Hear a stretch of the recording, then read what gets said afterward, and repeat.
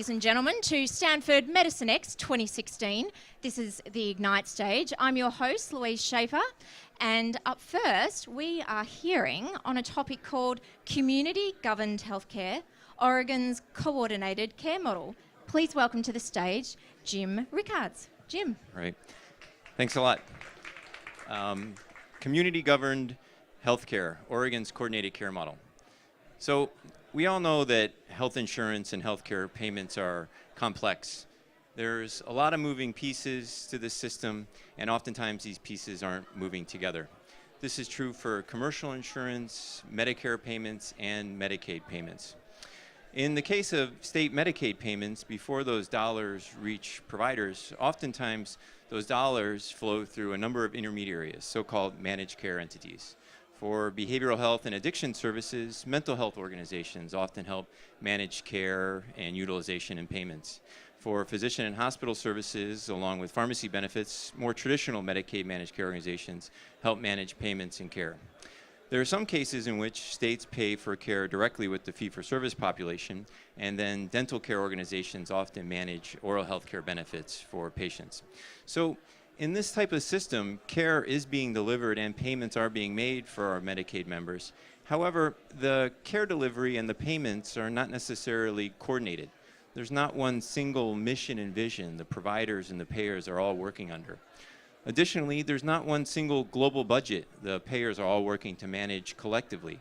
Oftentimes, the payers' budgets are operating in a siloed fashion from one another and sometimes in competing interests, perhaps not even in the best interest of the patients.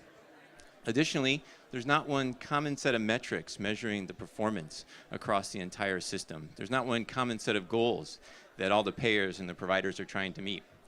In Oregon, we realized that there was an opportunity and a need to improve on this type of situation.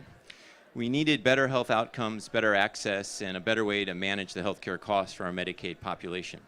So where were we going to find this better way? Were we hoping that some alien life form would touch down and grant us some supreme knowledge from the cosmos? No, of course not. But this is a picture of where we did look for an answer. Our communities. This happens to be my community. It's McMinnville, Oregon. Every year we celebrate Alien Days to commemorate the supposed sighting of a UFO back in the 1940s. And as many of you know, healthcare is local. Healthcare happens where our providers, where our patients, where our members live. So what better place to allow for the governance, to allow for the responsibility and the risk for the management of healthcare resources than in our communities? And so that's exactly what we created in Oregon with our coordinated care models. In Oregon, we have the coordinated care model of care for our Medicaid beneficiaries. The foundation of it is our coordinated care organization. Currently in Oregon, we have 16 coordinated care organizations, or CCOs. These are effectively community-governed Medicaid managed care plans.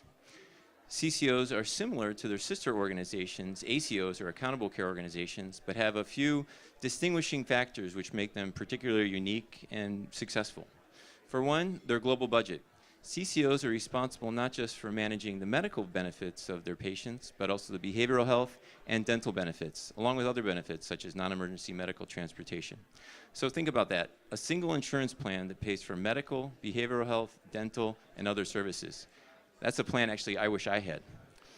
Additionally, CCOs are tracked and monitored with a set of 18 common financial incentive metrics. Payments to CCOs and providers are made in part based on their performance on this common set of metrics. And finally, community governance is what makes CCOs particularly successful. State statute requires that CCOs be governed by the communities they serve. Local healthcare leaders, such as hospital and health system administrators, local providers, such as primary care providers, behavioral health therapists, and dentists are required to be on the board of directors. Additionally, each CCO is required to have a community advisory council, a board of members and family members of the plan who actually give real input into the strategic vision and the financial management of the plan. The coordinated care model has been very successful in Oregon. Over the past 4 years, we've helped keep cost increases to under 3.4% a year and have had some incredible improvements in outcomes and process measures. For instance, we've decreased ED utilization in our Medicaid population by over 30% since 2011. CCOs, again, are successful in Oregon, and I think they could be successful in your state too. Thanks.